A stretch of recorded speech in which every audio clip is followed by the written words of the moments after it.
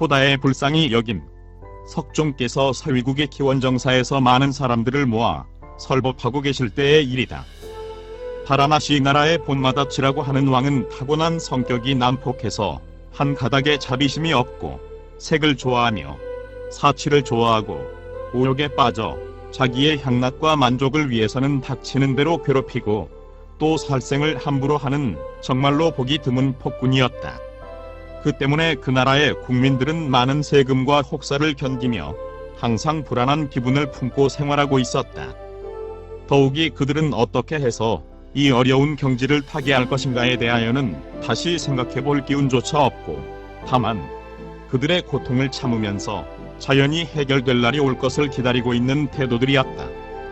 어느 날 밤에 이 폭군 보망은 털끝에서 찬란한 금빛의 별을 발하여 그 광명에 비친 곳은 모두 금빛으로 변화한다고 하는 금빛의 털을 가진 짐승이 왕자와 가까이 다가왔다고 하는 놀라운 꿈을 꾸었다.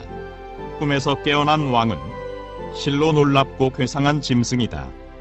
꿈에 그 모습을 나타낼 정도이므로 어디엔가 살고 있는 것이 틀림없다고 상상했다.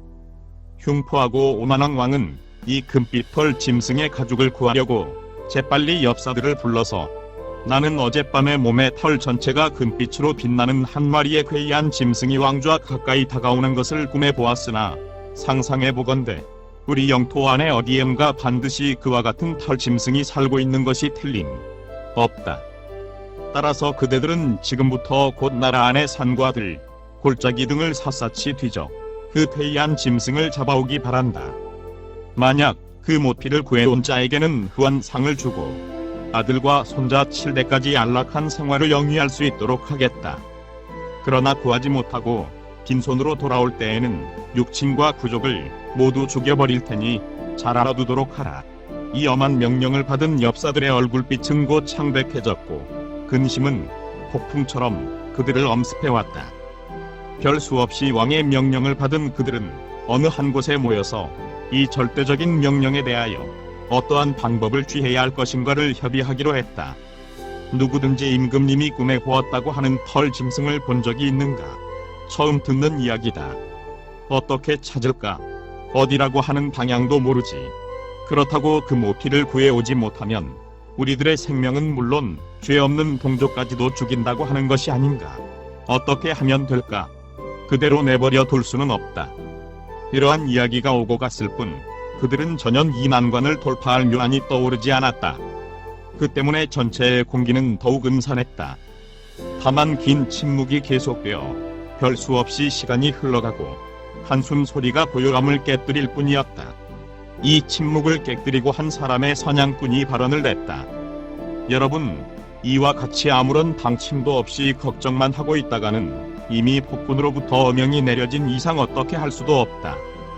나라 안의 산과 들, 골짜기, 호수나 연못에는 독사나 사나운 짐승이 살고 있으므로 비록 금빛의 털 짐승을 발견했다고 하더라도 그것을 사로잡는 것은 목숨을 걸어야 한다. 그래서 우리들 많은 사람이 사냥하러 나가도 이 독사나 사나운 짐승에게 죽음을 당해 삶과 들의 시체가 될 것이다. 그래서 나의 생각으로는 동포들 중에서 한 사람의 희생자를 모집해서 이 모험적인 난관을 돌파해서 왕의 명을 이행하도록 하면 어떻겠느냐고 생각하는데 의견에 찬동합니까? 이 제안이 나오자 음산한 공기는 사라지고 여기저기서 찬성이요 하고 소리쳐서 만장일치로 그 파리아의 찬성의 뜻을 표시했다. 사람을 고르기가 상당히 까다로웠으나 수기 끝에 어느 사나이가 선정됐다. 그래서 동료들은 그 중책을 맡은 사나이를 향해서 우리들의 대표로서 이 중대한 임무를 맡아주는 이상 무사히 사명을 다해서 좋은 결과를 가져오는 날에는 우리들은 공동으로 그대에게 보수를 주고 만약 그대가 우리들의 희생이 되어 산이나 들에서 쓰러져 죽게 되면 우리들은 그대들의 유족을 책임감을 갖고 보호해주겠다. 어쨌든 우리 전체의 문제이므로 충분히 자중해서 성과를 거두고 돌아올 것을 신에게 비는 바이요. 그때 선임된 사나이는 내 몸 하나를 버림으로써 친애하는 여러분들의 생명이 안전을 얻을 수가 있다면 한 사람의 목숨을 잃는다는 것은 아무것도 아닙니다. 한 사람의 생명으로 만인의 귀한 생명을 구할 수 있다면 나는 나아갈 것입니다. 어쨌든 여러분 좋은 결과를 안고 돌아올 날을 기다려 주십시오. 하고 믿음직스럽게 중한 책임을 받아들였다.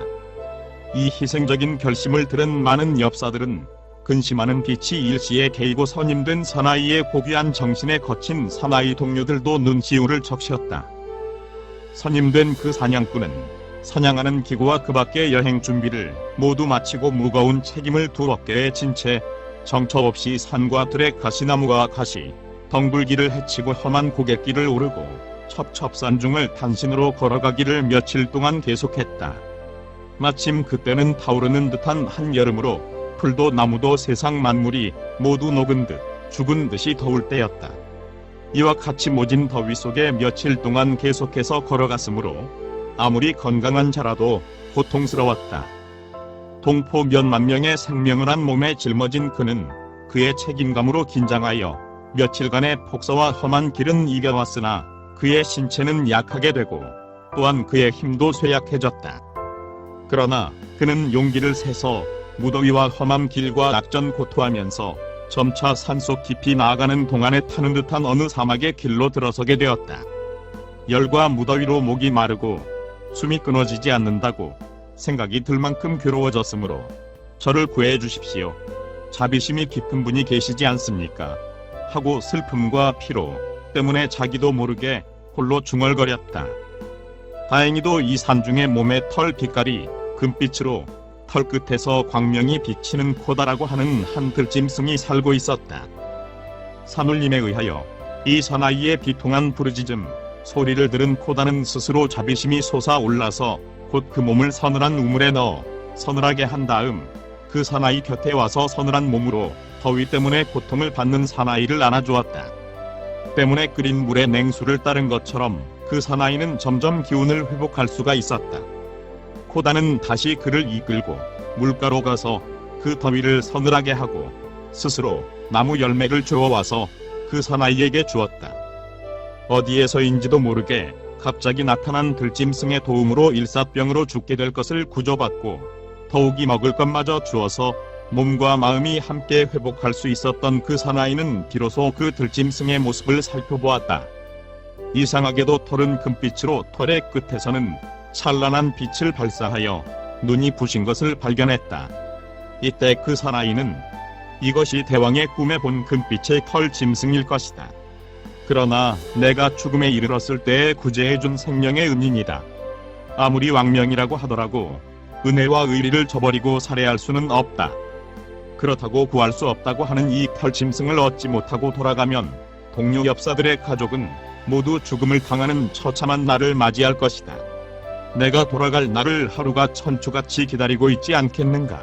이리 가면 은혜를 저버리는 죄를 짓고 저리 가면 무사람의 고통을 초래한다. 도대체 나는 어떻게 하면 좋은가 하고 상방되는 생각이 마음 속에서 소용돌이 쳤다. 그 어느 길을 택할 것인가에 고민하여 지금의 자기 입장을 매우 슬퍼하고 있었다. 사나이가 매우 고민하고 있는 모양을 바라보던 코다는 당신은 무슨 까닭으로 그렇게 슬퍼하고 있는 것입니까? 그 사나이는 눈물을 흘리면서 자기가 괴로워하는 입장을 이야기했다.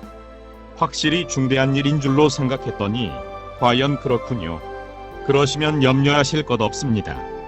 나의 이 금빛 모피를 당신의 높은 정신에 따라 기꺼이 드리겠습니다.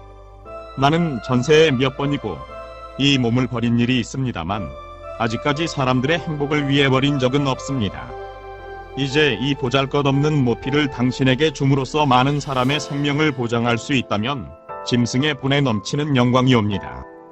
자, 이 껍질을 벗겨주십시오. 껍질만 벗기고 결코 줄이지는 말아주십시오. 나에게는 이제 아무런 뉘우침도 없기 때문입니다. 하고 코다는 말했다. 이와 같이 굳은 결심을 들은 그 사냥꾼은 은혜에 배반하는 느낌이 들어 견딜 수 없었으나 코다의 동정심을 마음속 깊이 감사하면서 조용히 그 껍질을 벗겼다.